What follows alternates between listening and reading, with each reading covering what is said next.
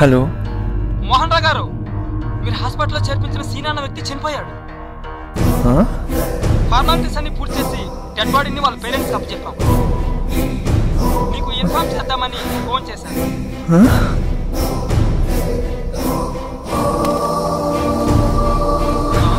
మోహన్ రావు గారు, hello hello hello.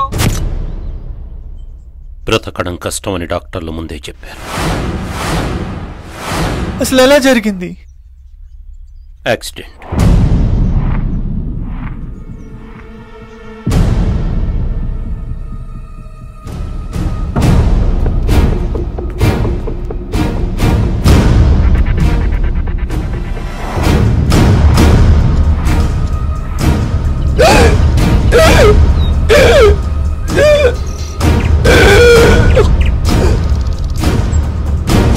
మరి ఆ విషయం నాకెందుకు చెప్పలేదు? ఏమని చెప్పమంటావు? నీకు యాక్సిడెంట్ చేసింది వాడేనని చెప్పమంటావా? నీ కాలు పోవడానికి కారణము వాడేనని చెప్పమంటావా? నాకు ఆ రోజు ఎవరో అనామకుడు ఫోన్ చేయబట్టి నేను ఇన్ టైంలో అక్కడికి రాబట్టి వాడు ఈ రోజు దాకా బ్రతికాడు, నువ్వు ఇంకా బ్రతికున్నావు. మరి ప్రకృతి? నేను అనాథల గురించి అయినా పట్టించుకుంటాను గాని అనామకుల గురించి పట్టించుకోను. డాడీ, మీరేనా ఇలా మాట్లాడుతుంది? నేను నమ్మలేకపోతున్నాను. నేను నమ్మలేకపోయాను. ఊటకో పని చేసుకుని పొట్ట నింపుకునే ఓ అనామకురాల్ని నువ్వు ప్రేమించావంటే నేను నమ్మలేకపోయాను. వారంలో ఒక్క అమ్మాయి నీకు నచ్చలేదా? నీ చిన్నప్పుడే మీ అమ్మ చనిపోతే ఇంకో పెళ్లి చేసుకోమని మా అమ్మ నన్ను పోరు పెడితే నేను ఒప్పుకోలేదు. ఎందుకు? నీకోసం పైసా పైసా కూడబెట్టి నిన్ను ఫారెన్ లో చదివించాను. ఎందుకు? నీ ఫ్యూచర్ బాగుంటుందని. అలాంటిది నువ్వు నిన్ను నమ్మొచ్చా డాడీ అని అడుగుతావా? నీకు ఫ్రెండ్ ని సెలెక్ట్ చేసుకోవడమే రాదనుకున్నాను. గర్ల్ ఫ్రెండ్ ని సెలెక్ట్ చేసుకోవడం కూడా రాలేదు.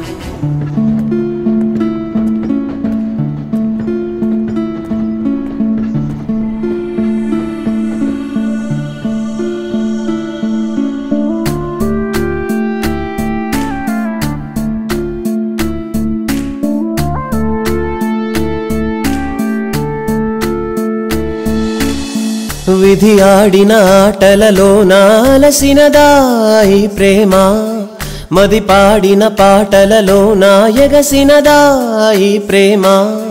హృదయాలను వీడనిది, ఉదయాలను చూపునది, గ్రహణాలను పిలిచినదా తలచే ప్రేమ. గమ్యాలను చూపునది, గగనాలకు సాగినది, శూన్యాలను వెతికినదా వలచే ప్రేమ.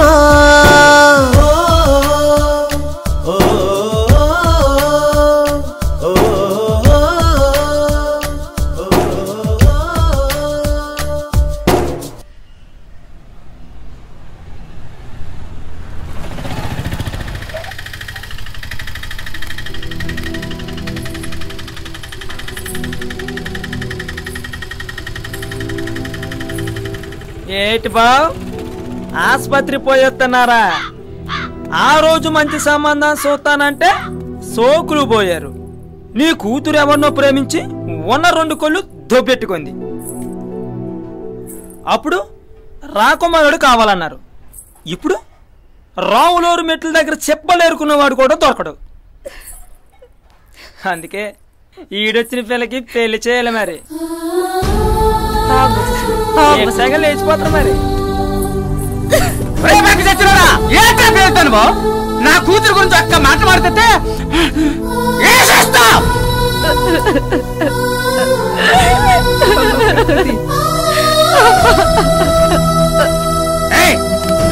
ప్రతి ఒక్క నా కొడుకు విధి ఆడిన ఆటలలో నాలసినదాయి ప్రేమ, మది పాడిన పాటలలో నా ఎగసినదాయి ప్రేమ.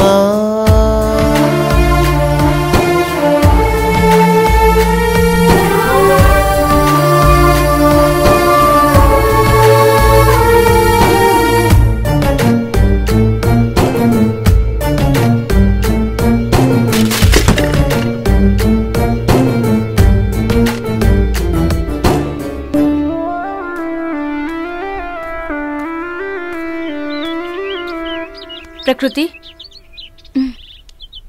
ఎవరు? నేను రాణిని. రా కూర్చో.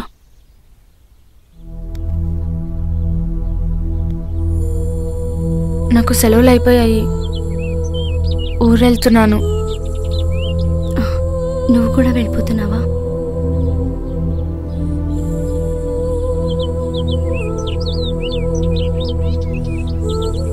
జాగ్రత్త.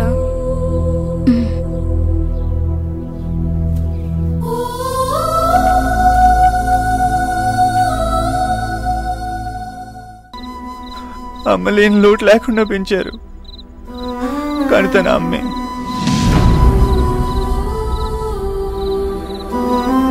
She my mother, lover, for ever.